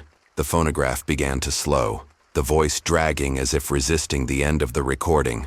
And then it stopped. The silence returned with force, as if the chapel above had exhaled. I turned to leave, but noticed something scratched into the wall behind the phonograph. Not words, but lines. Hundreds of them, tally marks, layered over each other, in chaotic angles. Some carved deep, some shallow, but one stood out, horizontal, sharp, fresh, as if added recently. I traced it with my glove. It flaked slightly. I backed away, unsure whether it had been meant as a count or a warning. On my way back up the ladder, I paused halfway. A breath that wasn't mine echoed up from the crypt. Deep, wet, followed by 3 footsteps. Then nothing. I climbed faster.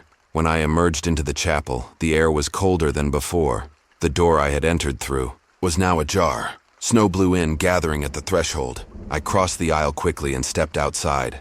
The wind had returned to its earlier tone, less whisper, more breathless. As I moved toward the edge of the village again, the houses seemed different, angled, sunken, unfamiliar. The ground sloped downward, as if the whole land had shifted overnight. My sense of direction faltered. The trees no longer pointed north. I was sure of that. I passed the bakery again. Its sign gone, window boarded. A face had been drawn into the frost on the glass. Not childlike, not random, detailed, staring out at the street with an expression somewhere between grief and warning. I didn't stop to study it. I walked on, toward the building I hadn't yet entered, the schoolhouse. Its roof had collapsed partially, but the doors remained intact. A thin line of soot framed the edges of the entryway, like it had been burned without fire. I pushed the door and stepped into what once had been a corridor of laughter and chalk dust. Now it reeked of mold, of time left to decay. Desks still stood in rows, though some had been overturned. One chalkboard remained on the far wall, smeared with illegible scribbles.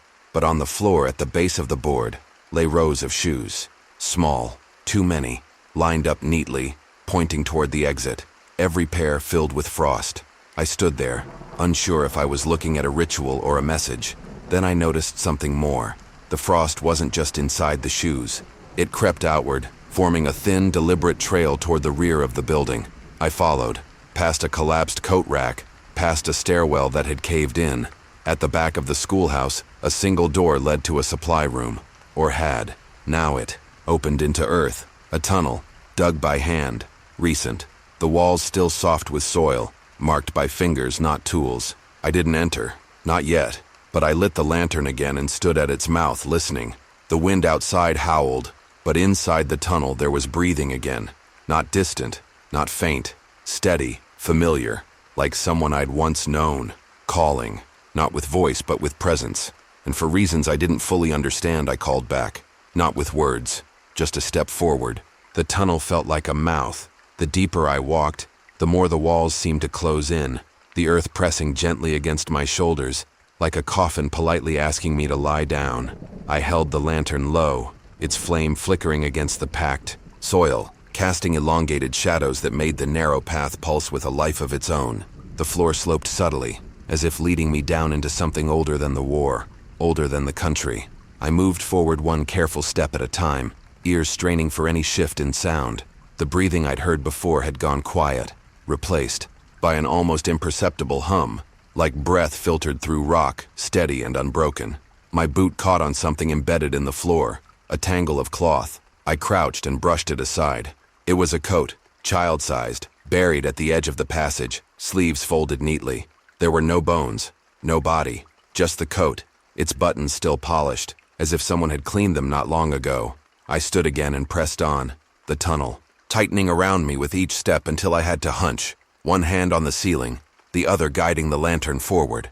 After what must have been 20 meters, the tunnel opened into a chamber, stone-lined, circular, with a vaulted ceiling, held up by wooden beams darkened from age or smoke. It didn't match the rest of the passage. This had been here before, long before the schoolhouse.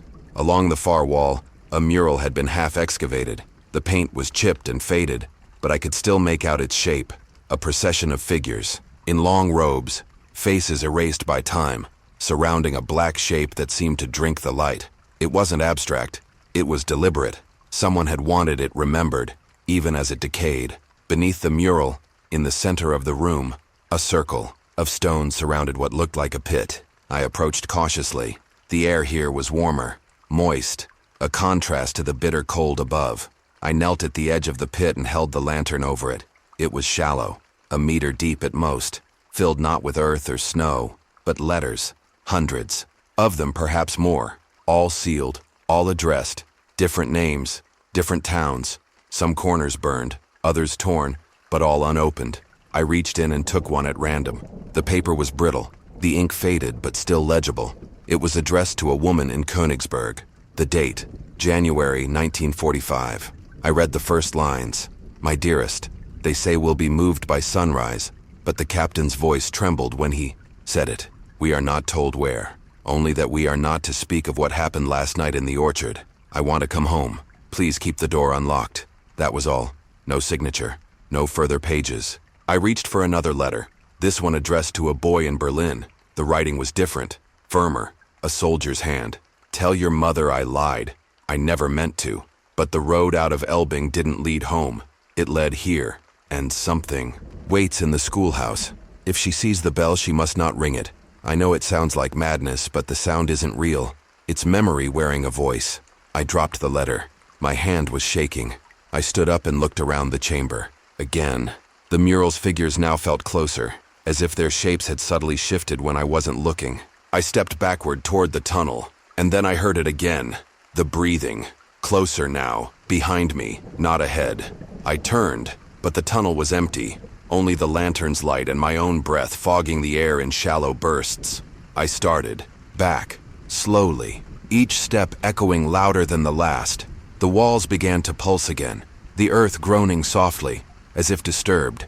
The coat I'd seen earlier was gone. In its place, a small pile of stones had been arranged in a circle. I didn't stop to understand why. I climbed out of the tunnel, re-entering the ruin of the schoolhouse, breath short, ears ringing. Outside, the snow had stopped, but something had changed. The village felt altered, like a photograph reprinted in a slightly different frame. The Mike bakery was no longer boarded. Its door swung open in the wind, creaking softly, rhythmically. I stepped toward it, reluctant. Inside, the counters were cleared, swept clean. The shelves were empty, but not dusty. And on the wall, in chalk, someone had written a word I didn't recognize. Zurich. Below it, 5 handprints. All small, all pressed into the soot-stained plaster like signatures. I backed out and walked toward the church. The bell tower now stood taller, whole, the cross reattached, gleaming with frost. I stepped through the door again, uncertain. The pews had been rearranged. Fresh footprints marked the aisle, small ones leading to the altar and then vanishing. The trapdoor lay sealed, the carpet undisturbed. I turned around slowly, searching for the cracks in my memory. Then I heard the bell. It rang once, not loud, not piercing, but final. I ran outside, looked up. The rope swayed gently. No one stood. Above, no wind pulled it, but it moved. Across the square, a figure appeared at the edge of the orchard. Not walking, just standing, head tilted, watching.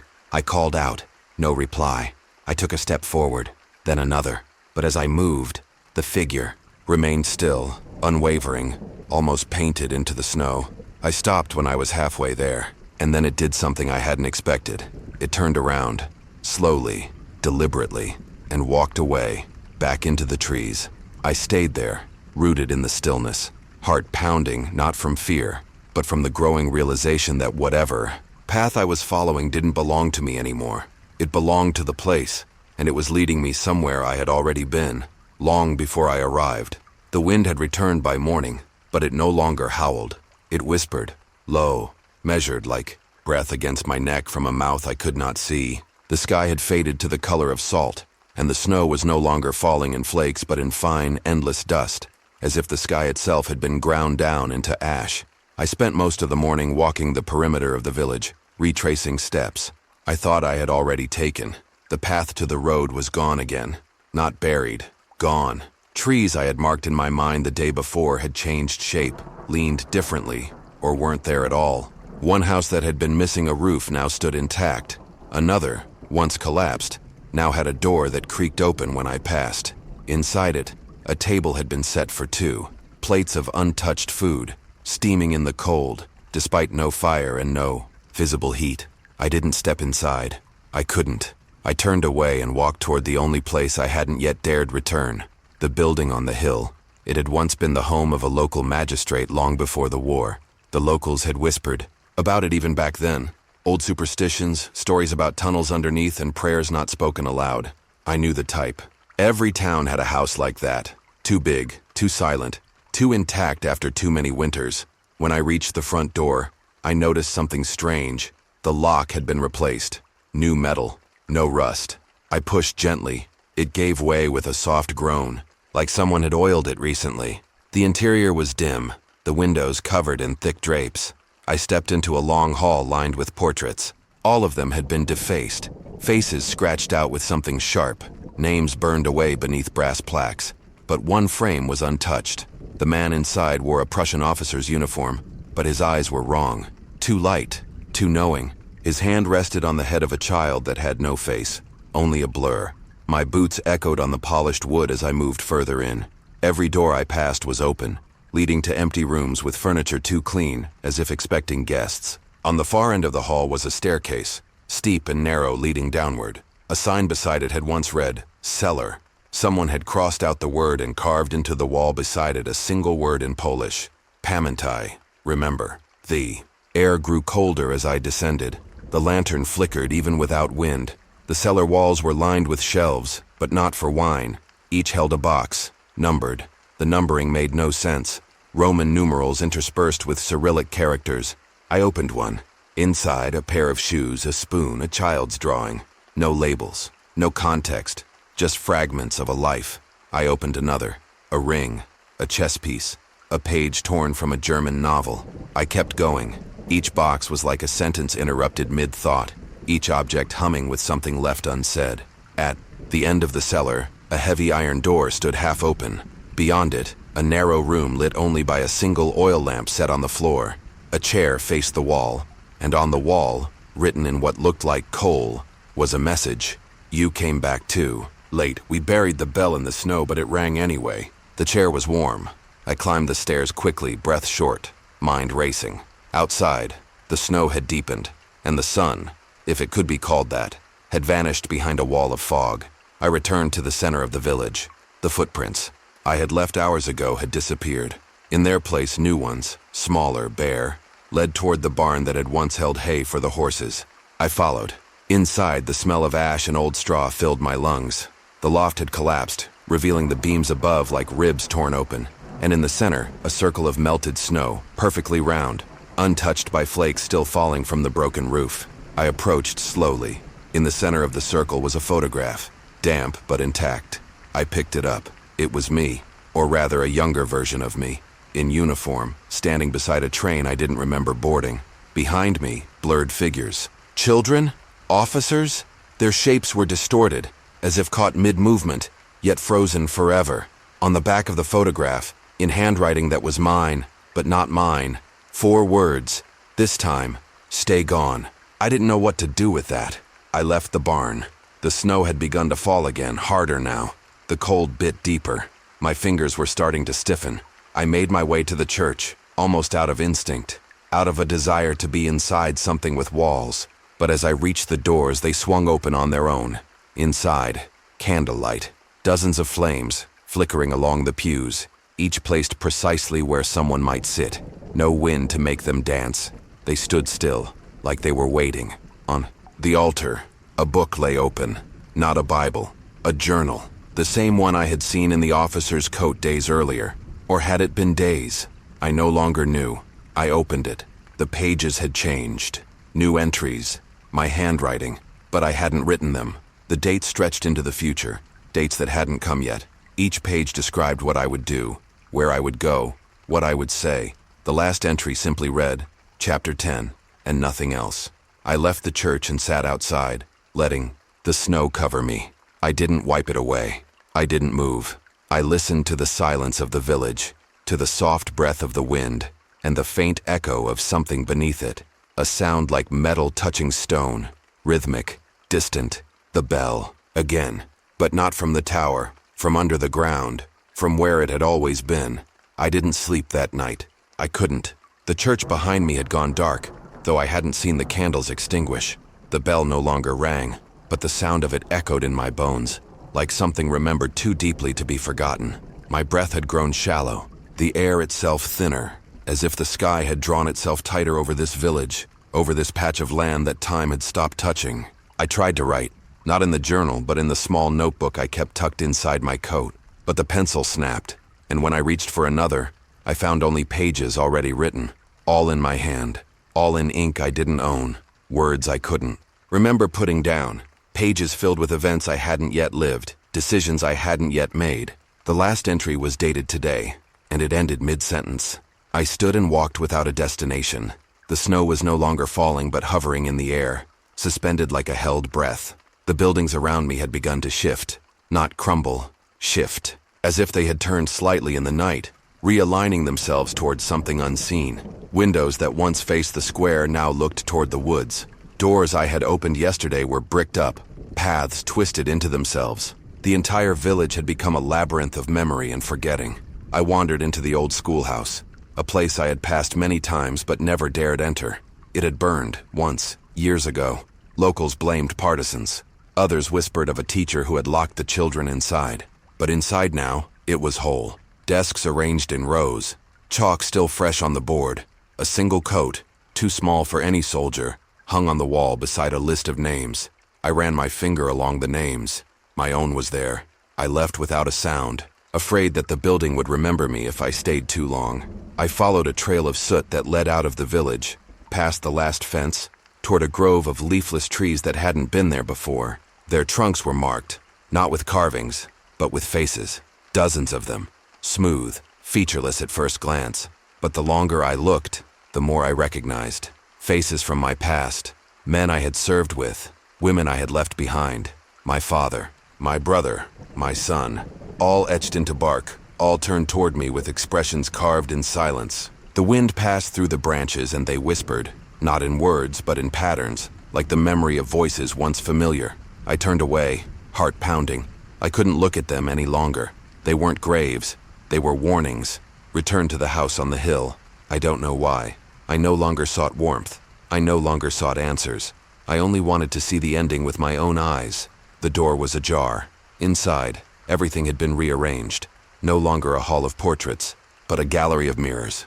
Each one reflected not me, but versions of me, at different ages in different uniforms, holding different weapons, standing in different ruins.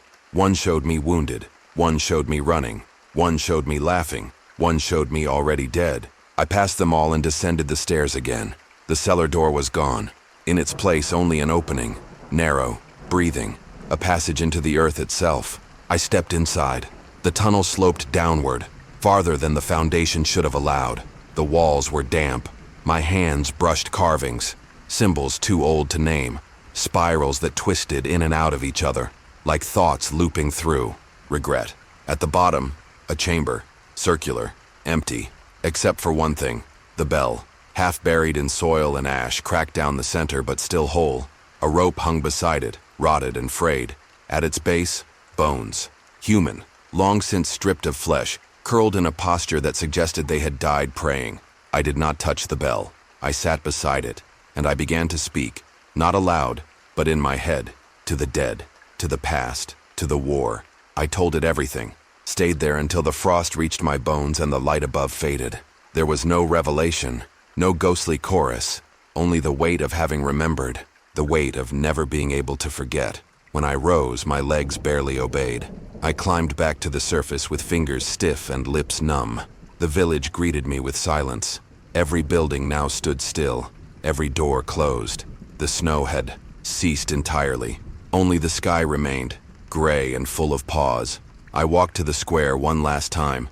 A single tree stood in the center now, its branches bare, its bark smooth. I reached into my coat and pulled out the notebook, the one I hadn't written. I tore out the last page. I set it at the base of the tree, and I walked. The forest opened in front of me, not welcoming, not threatening, just open. The path was narrow, but it was a path. My boots left prints this time. The wind behind me no longer whispered. It had said all it needed to say, and the village, behind me, did not follow. It remembered. That was enough, and I finally could begin to forget.